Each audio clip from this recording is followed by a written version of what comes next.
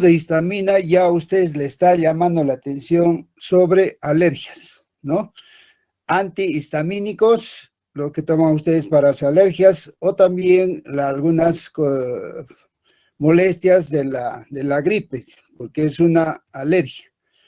Entonces, la histamina es una amina biógena, ¿no? Es un mediador químico indispensable, ¿no? En la inflamación. O sea, todos los procesos fisiológicos celulares que hay inflamación, está la histamina. Cuando hablamos de anafilaxia, también estamos hablando de histamina. Cuando hablamos de secreción de ácido gástrico, también estamos hablando de histamina. Asimismo, también tiene que ver con la transmisión, ¿no?, nerviosa. Entonces, los conocimientos que tenemos de las acciones fisiológicas, las acciones fisiopatológicas de la histamina, así como la acción de la fisiofarmacología, estos se han ampliado grandemente gracias a la creación de antagonistas de los receptores específicos del subtipo. También hablamos de clonación, ¿no?, de 4 receptores de la histamina. Entonces, la histamina, como mediador químico en las reacciones inmunes, alérgicas, en las reacciones inflamatorias, en la regulación de la secreción gástrica, y también actúan como neurotransmisión a nivel central y periférico. Los antagonistas competitivos de estas acciones, ¿no?, en los receptores, especialmente histamina 1 o H1, poseen acciones diversas y se utilizan para tratar justamente las alergias, como la urticaria, las reacciones anafilácticas, las náuseas, la cinetosis, el insomnio y algunos síntomas de los procesos asmáticos. Los antagonistas H2 de los receptores SH son eficaces para reducir la secreción gástrica, ¿no?, que en este capítulo poco lo vamos a tomar. Cuando hablamos del péptido bradicinina, tiene efectos en el aparato cardiovascular. Son similares a la histamina y además desempeñan acciones extraordinarias en la inflamación y en la nocicepción. La histamina es una molécula hidrofílica, ¿no? Es una amina biógena hidrófila compuesta por un anillo imidazol y un grupo de etilamina como cadena lateral, como están viendo acá, ¿no? Está conectado a 2 grupos metilo. Su forma farmacológicamente activa, como ven acá, es un tautómero, ¿no?, de N-gamma monocatiónico, ¿no? Y la fisiología de la histamina, podemos partir desde la biosíntesis, ¿no? La síntesis de histamina se produce a partir del aminoácido L-histidina, ¿no?, catalizada por la histidina descarboxilasa. La síntesis viene regulada por la presencia de histidina en el medio. La histidina también posee un control negativo de su propia síntesis a través de los autorreceptores H3. ¿Qué funciones fisiológicas importantes cumple la histamina, ¿no? Después de ser liberada, ¿no?, o sea, la liberación en los mastocitos basófilos sensibilizados, normalmente 2 o 3, ¿no?, ese depósito, como resultado de la interacción del antígeno con anticuerpos de tipo de inmunoglobulina E,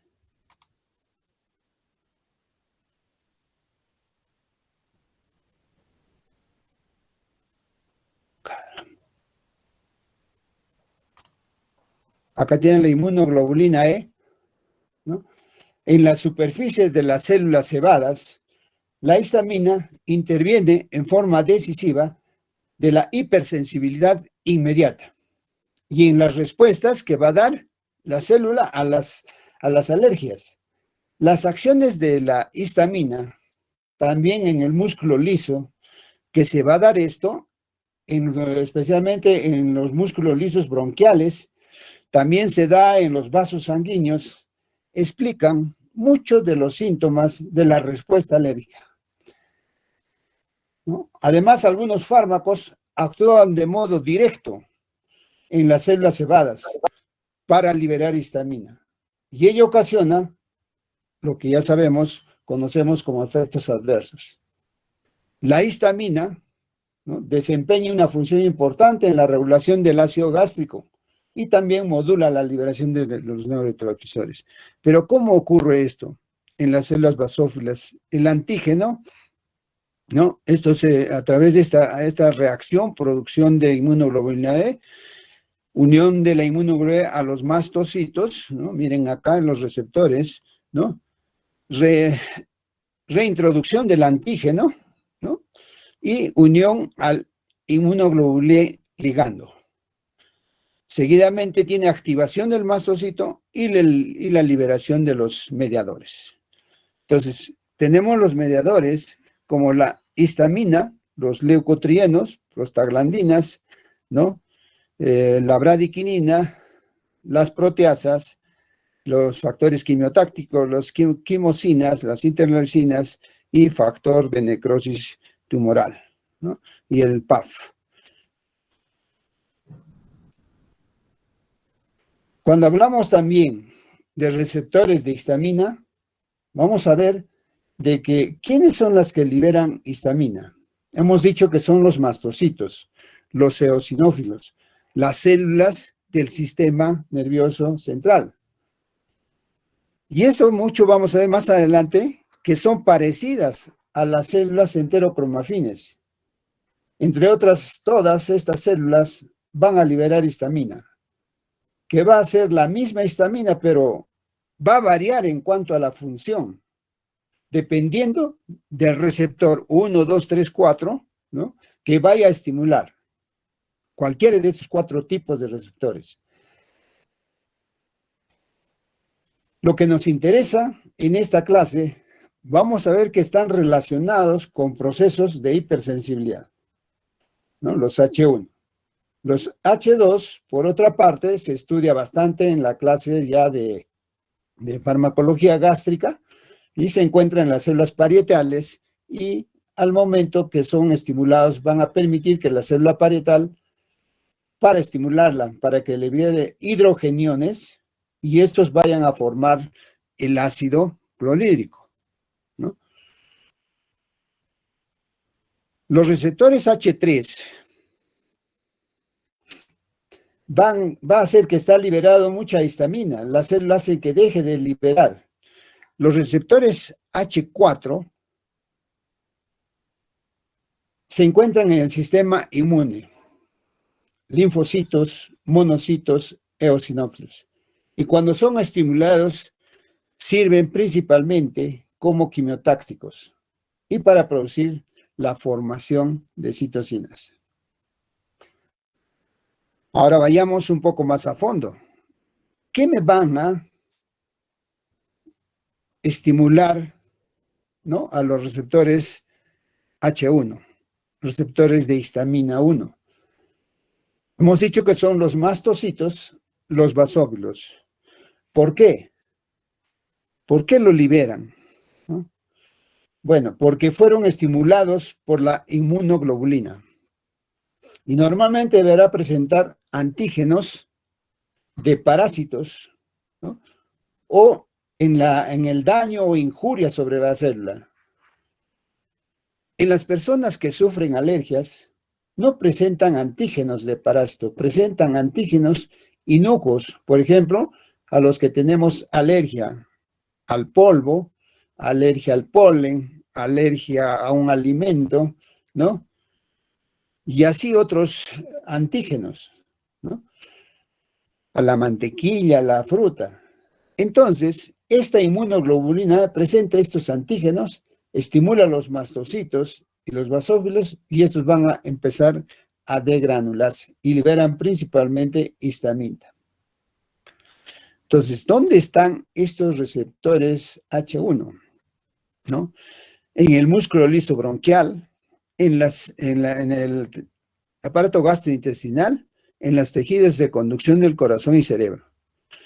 Estos receptores son responsables de la constricción, vasoconstricción del músculo liso bronquial, ¿no? Y también del músculo liso vascular. También hay una activación de nervios aferentes vagales en las vías aéreas y de los receptores de la tos. Cuando nosotros estamos viendo un edema, vamos a ver un aumento de la permeabilidad vascular, ¿no? Sale hacia afuera, es lo que llamamos cuando está un abón hinchadito, ¿no? Y las manifestaciones de irritación local, prurito, dolor. Entonces, la liberación de mediadores de la inflamación. Entonces, la histamina, si hablamos de las terminaciones nerviosas, ¿no? En las terminaciones, ¿dónde van a producir prurito? Es decir, van a producir una vasodilatación, y esta vasodirecta por los reflejos en el sistema nervioso es un reflejo axonal de los axones en el músculo liso y va a producir constricción, ¿no? En los bronquios, broncoconstricción. Y en los intestinos, ya que son los vasos pequeños, producen vasodilatación en la contracción gastrointestinal, ¿no? Va a producir una vasodilatación directa, ¿no? Que es producida por los mastocitos, linfocitos. Aquí estas van a estimular, van a hacer que se produzca el proceso inflamatorio, que va a hacer estimular todo lo que ya hemos mencionado, prurito, edema, rinorrea, etcétera, etcétera. Cuando hablamos del sistema nervioso central, por otra parte se va a aumentar, ¿no? Intensifica el estado de vigilia. Entonces, en el sistema nervioso central, por otra parte, va a promover el estado de alerta, ¿no? De que nos mantengamos despiertos, y asimismo va a disminuir el apetito. De hecho, todo lo que hemos visto se resume en algo que se preguntan bastante, ¿no? De estas acciones en el corazón, por ejemplo, disminuir la velocidad de conducción AB, en los vasos, en los capilares, dilatación por liberación de óxido nítrico, ¿no? Broncoconstricción, contracción solo en dosis elevadas de la musculatura uterina, contracción de la musculatura gastrointestinal, en el hipotálamo intensifica el estado de vigilia, y en las terminaciones nerviosas, prurito y eritema que hemos mencionado. Todo esto nos va a llevar a entender, ¿no? ¿Cómo es el mecanismo de acción? A través de la proteína G, ¿no? La vía de la fosfolipasa C, aumento del calcio intracelular y producción del AMP cíclico. ¿Cuál es la reacción de Triple-Lewis? ¿No? Se produce cuando inyectamos en forma intradérmica la histamina. ¿Qué va a pasar primero? Cuando introducimos histamina, va a aparecer estos puntos rojos, ¿no? Esto es por la vasodilatación directa, porque directamente voy a estimular los receptores H1. Los músculos lisos de los vasos sanguíneos pequeños, ¿no? Van a aparecer este eritema localizado, que va a durar 1 minuto y va a producir vasodilatación en un diámetro de 1 a 2 centímetros. Entonces, lo que ocasiona esta vasodilatación directa, ¿no? Por esa estimulación de las terminaciones nerviosas, y finalmente 1 a 2 minutos después de haber inyectado, se produce una roncha, ¿no? O sea, lo que llamamos la pápula, ¿no? Aquí vemos esta pápula en el centro del área eritematosa, aumento de la permeabilidad capilar, extravasación del líquido fuera y lo que llamamos el hinchazón. Y el eritema tardío, ¿no? En la areola que se está formando, en el contorno irregular que es ancha, y se debe a la histamina sobre las terminaciones nerviosas. Hay vasodilatación y hay dolor.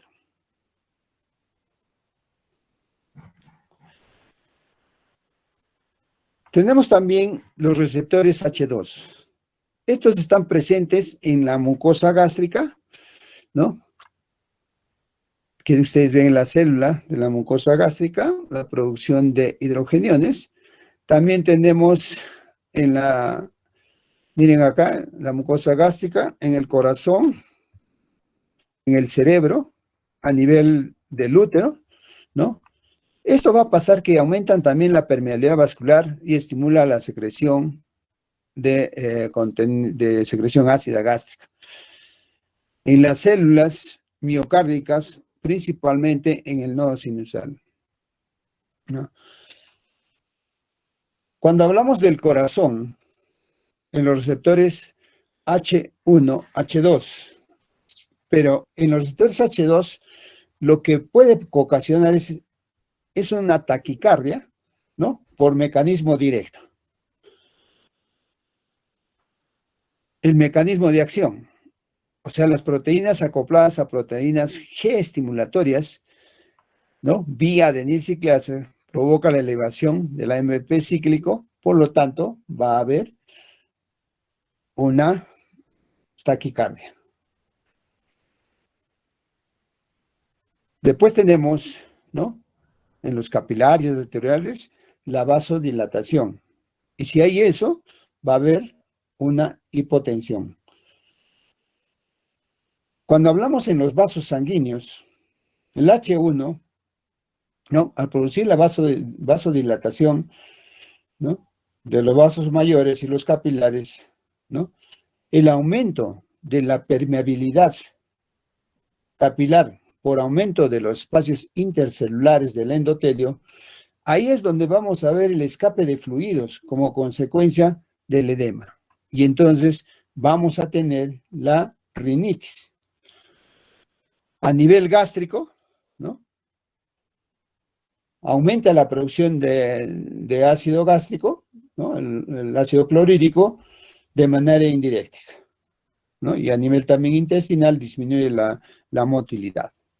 Entonces, en el corazón hay un inotropismo positivo, trabajo, frecuencia positiva, ¿no? Aumento de la despolarización del nodo sinoauricular y en los vasos, en los capilares y arteriales, vasodilatación.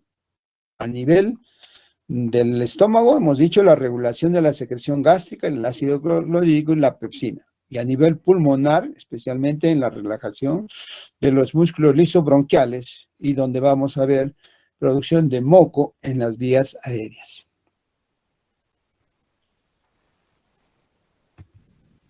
En los receptores H3, vamos a ver que están en el cerebro, o sea, en el sistema nervioso central, se encuentran en el aparato cardiovascular,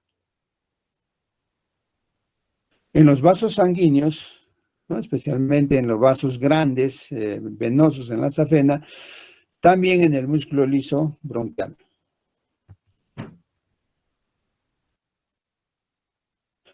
¿Qué va a pasar acá en los receptores H3? Van a ser responsables de la vasodilatación a nivel cerebral. Pueden estar implicados en un sistema de retroalimentación negativa. Y es, como hemos dicho en la primera parte, estos receptores H3, la histamina, inhibe su propia síntesis, inhibe la liberación en las terminaciones nerviosas. Entonces, el mecanismo de acción va a estar acoplados a la proteína GI, o sea, proteína G inhibitoria. Y al haber proteína G inhibitoria, se inhibe, ¿no? Bloquean a la adenilciclasa para que no se forme AMP cíclico, ¿no? Y si no se forma, va a haber una disminución del AMP cíclico intracelular. Los receptores H4 son las de origen hematopoyético. En menor grado se encuentran en el timo, en el intestino delgado, en el vaso, en el colon, ¿no? El mecanismo de acción están acoplados a la proteína GI o la proteína GO. Una inhibición o una producción, donde va a provocar aumento del calcio. Ustedes saben que el mecanismo de acción del calcio es ingresar a las células, romper las vesículas, ¿no? Pero si están acoplados a inhibición, va a haber una disminución del AMP cíclico intracelular. Entonces podemos hacer un resumen de sus receptores. La localización del H1 en los vasos sanguíneos, musculatura de vías aéreas y gastrointestinal, corazón y sistema nervioso central. En los histamina 2, en la mucosa gástrica, en el útero, en el corazón, en el sistema nervioso central. La histamina 3, en las neuronas del sistema nervioso central, en las vías aéreas y en el gastrointestinal. El H4, de las células inmunitarias, hematopoyéticas, eosinófilos, neutrófilos y también a nivel gastrointestinal. Si nosotros hablamos ya de segundos mensajeros, como es el calcio, el AMP cíclico, ¿no? ¿Cuál va a ser la estimulación? ¿Qué va a hacer con el calcio? Si hay AMP cíclico, puerta del dolor, ¿no? Prurito, dolor, aumento de la permeabilidad vascular, hipotensión, enrojecimiento, broncoconstricción. Si nosotros vemos la estimulación de los H2, el AMP cíclico, ¿no? Secreción ácida peptídica y secreción de moco en las vías aéreas. Los H3 no se han encontrado todavía según los mensajeros, aumenta la síntesis y liberación de la histamina, es modulador, ¿no? de otros sistemas. Los H4 también no se han encontrado según los mensajeros, pero hay un cambio en la morfología de las células de su quimiotaxia y recluta eosinófilos. Ahora vamos a ver de los fármacos, de los receptores de la H1, histamina 1. Vamos a hablar de los antagonistas de receptores H1. Tenemos dos grandes grupos de la primera generación y de la segunda generación. A grandes rasgos, los de primera generación no son específicos de los receptores H1. O sea, no solo me van a bloquear a los receptores H1, van a bloquear, ¿no?, a los receptores antimuscarínicos. O sea, los antimuscarinos se encuentran en el sistema nervioso parasimpático. Me van a bloquear a los receptores serotoninérgicos, antiserotoninérgicos, me van a bloquear a los receptores de la dopamina como antidopaminérgicos, ¿no? Y también los receptores alfa bloqueantes, ¿no? Los alfa bloqueantes adrenérgicos, ¿no? Van a atravesar estos la barrera hematoencefálica, por eso me van a generar muchas reacciones adversas, ¿no? Como la somnolencia, algunos son como la clorfeniramina, ¿no? Que nosotros estamos con la gripe, tomamos clorfeniramina y voy a la clase y tengo sueño. Mientras que los de segunda generación pasan en cantidades muy insignificantes o también pasan en forma muy leve o muy poco, ¿no? Es importante aclarar que no es correcto que digamos que no atraviesan la barrera hematoencefálica. Algunos que sí lo atraviesan, pero no en una cantidad tan importante, ¿no?, como los que atraviesan los de primera generación. Entonces, ¿cómo atraviesa la barrera hematoencefálica? En los receptores H1 en el sistema nervioso central, hemos dicho que van a estimular los procesos de alerta, ¿no? Si los bloqueo, me van a producir somnolencia, ¿no?, como los bloqueos de los receptores antimuscarínicos. Va a hacer también, ¿no?, en los antimuscarínicos va a haber también retención urinaria. y también me va a producir taquicardia. ¿Cómo es que me produce taquicardia un antimuscarínico? Si yo bloqueo la acetilcolina, se va a activar mucho más los receptores adrenérgicos en el sistema nervioso autónomo, ¿no? Es un ejemplo, por ejemplo, la atropina es un antimuscarínico. Si yo coloco atropina, ¿por qué aumenta la frecuencia cardíaca? ¿No? Porque bloquea la acetilcolina y por lo tanto va a ser en contraposición al receptor adrenérgico la taquicardia. Al bloquear los receptores alfa, bloqueantes, ¿no? Me va a producir una hipotensión. Me va a producir vértigo. El hecho es, por ejemplo, de que atraviesan la barrera hematoencefálica. Asimismo, por tener efecto antimuscarínico, ¿no? Va a haber sequedad de boca. Y al bloquear la serotonina en el sistema nervioso central, va a producir aumento del apetito. Y algunos de estos vamos a ver, como por ejemplo en los niños, cuando mucho se les da estos fármacos, ¿no? Una gripe y están dándole jarabe, va al otro pediatra, le da otro jarabe, al otro pediatra, al otro jarabe. Van del doctor pasa y les retira todo y se acabó todo el problema. Es así. Entonces abusan de la farmacología, ¿no? Algunos de estos, ¿no? También podemos hablar de ventajas.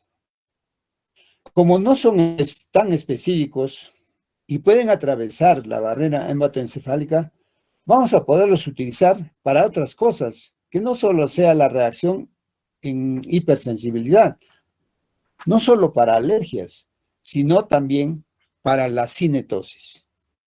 ¿Qué es la cinetosis? Por ejemplo, si uno se va de viaje y en su automóvil encuentra muchas curvas, ¿no? O cuando subes un avión, ¿no?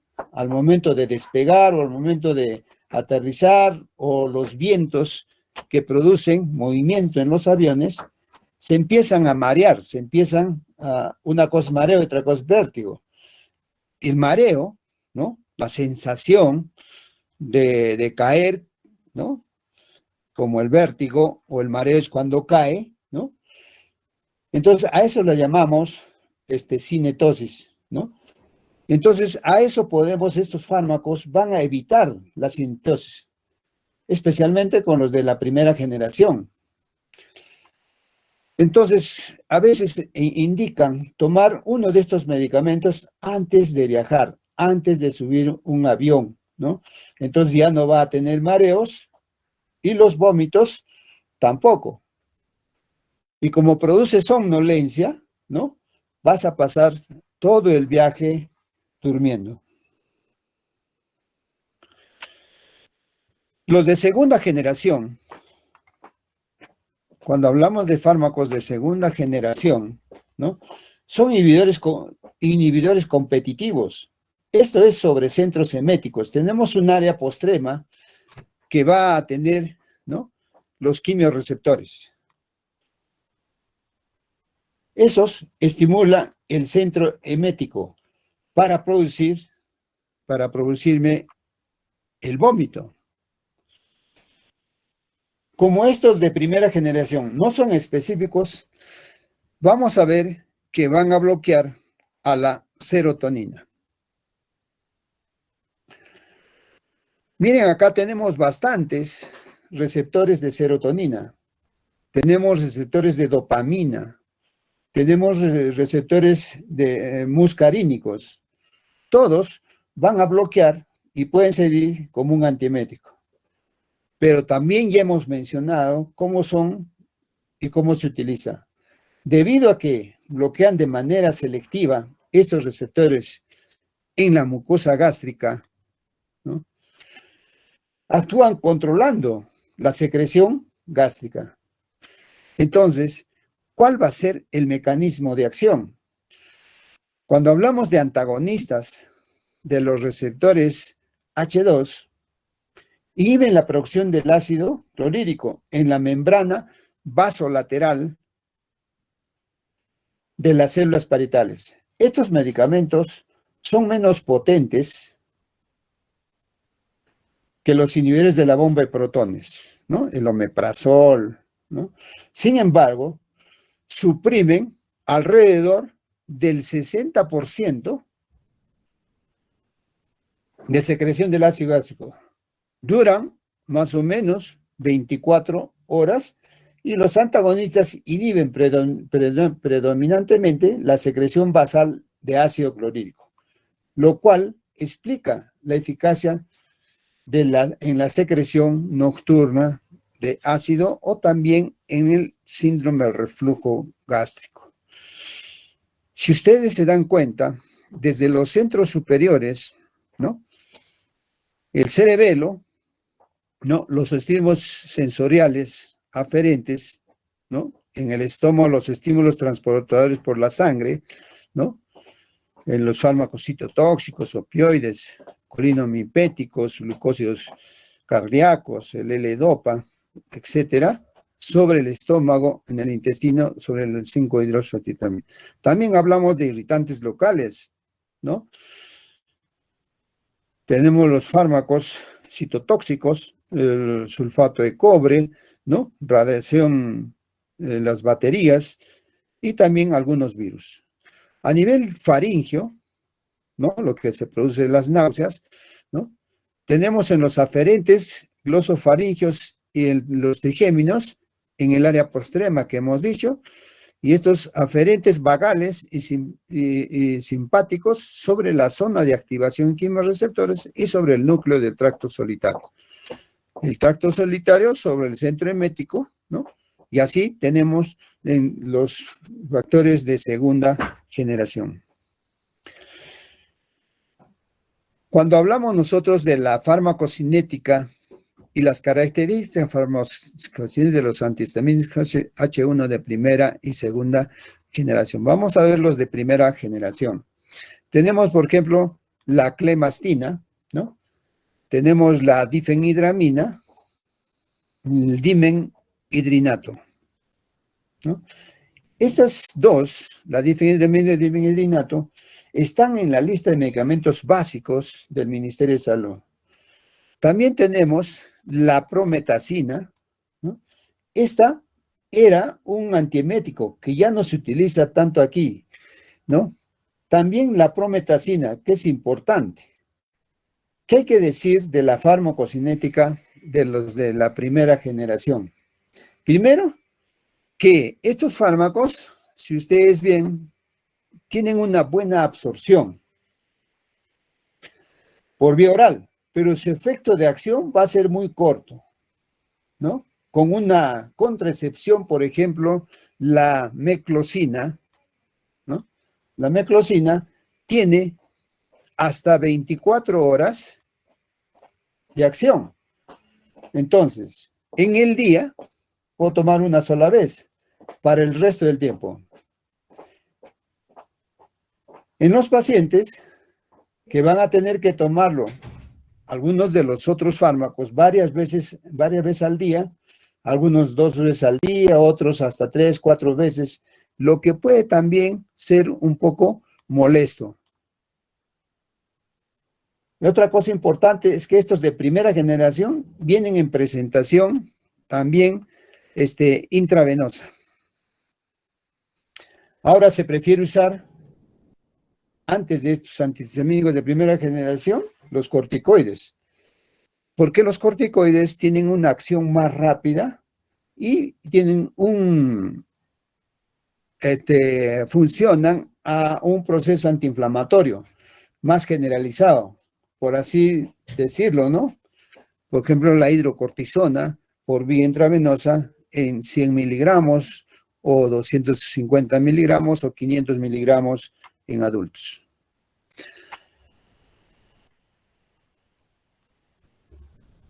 En los fármacos, en la metabolización, ¿no? Generalmente se produce a nivel hepático,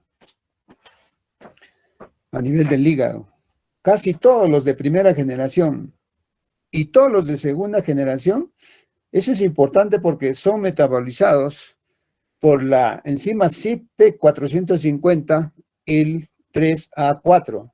¿Qué es lo que pasa que sean metabolizados con esto? Cuando hablamos de fármacos inhibidores, por ejemplo, los macrólidos, hablamos de antifúngicos, o sea, para los hongos. Ahora, estos me van a inhibir el metabolismo hepático. Y si van a inhibir el metabolismo hepático, se va a aumentar las concentraciones en sangre de estos fármacos. Y entonces, si se aumenta, va a potenciar sus efectos adversos. Asimismo pasa con los inductores, ¿no? Si yo aplico un inductor, al aumentar el metabolismo, voy a reducir las concentraciones de su fármaco y sus efectos. No va a ser tan óptimo como si lo hubiéramos dado inductores. En reacciones de hipersensibilidad inmediata, como por ejemplo la urticaria, la rinoconjuntivitis, la conjuntivitis, ¿no? Todo relacionado a alergias, sin embargo, no son los de primera elección, porque se prefieren los de segunda generación. Todo lo que... Aló, Coco.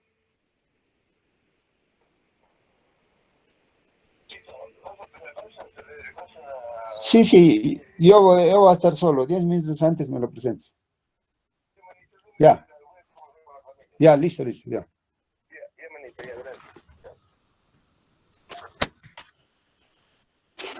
Entonces estamos hablando de la segunda generación, ¿no? Entonces, la cinetosis, ¿no? Como ya dijimos, 1 hora antes del viaje, el dimeghidrinato, ¿no? Principalmente, pero también tenemos a la difenhidramina y la meclocina, también a la prometacina.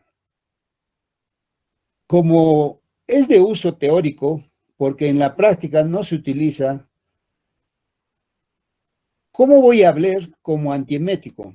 Sobre todo en la quimioterapia. En la quimioterapia, porque estos pacientes son bastante propensos al vómito, se utiliza la prometacina. Ya no tanto porque ha aparecido mejores fármacos hipnóticos como ansiolíticos y tenemos a la doxilamina, ¿no?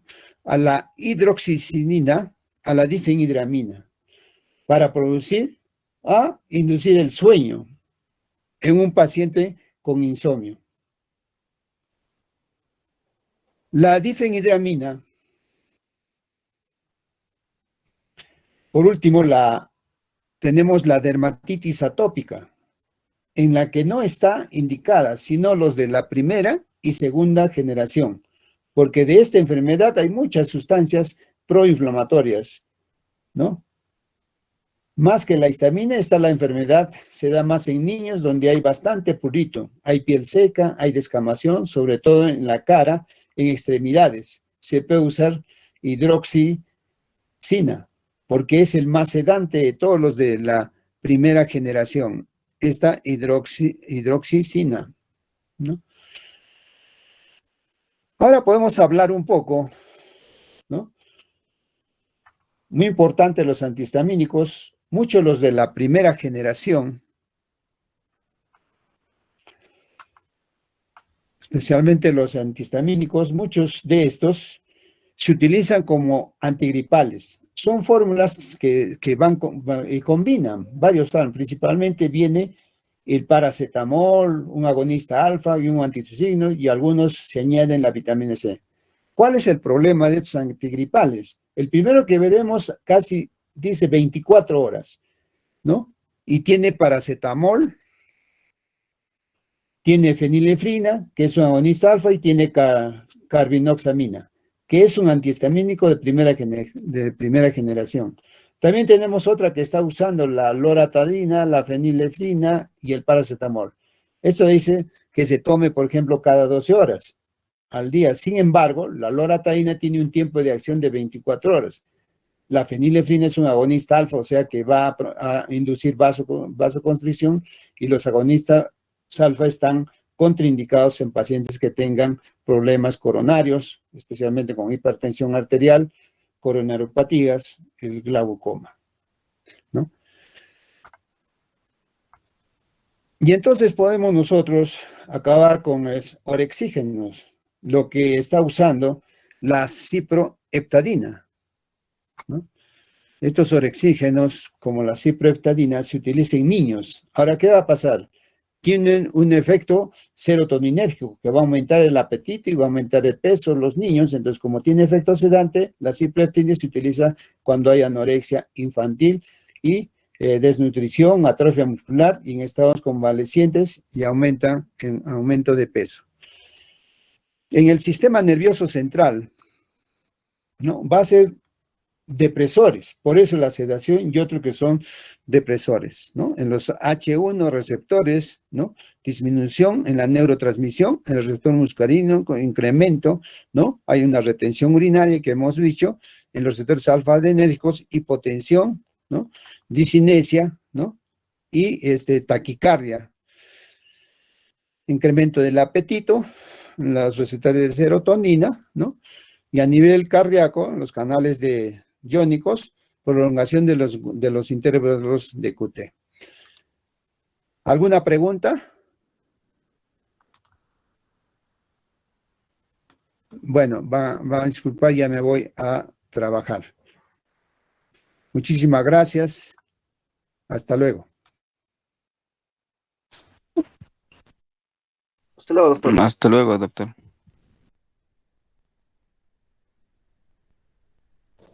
Hasta luego, doctor.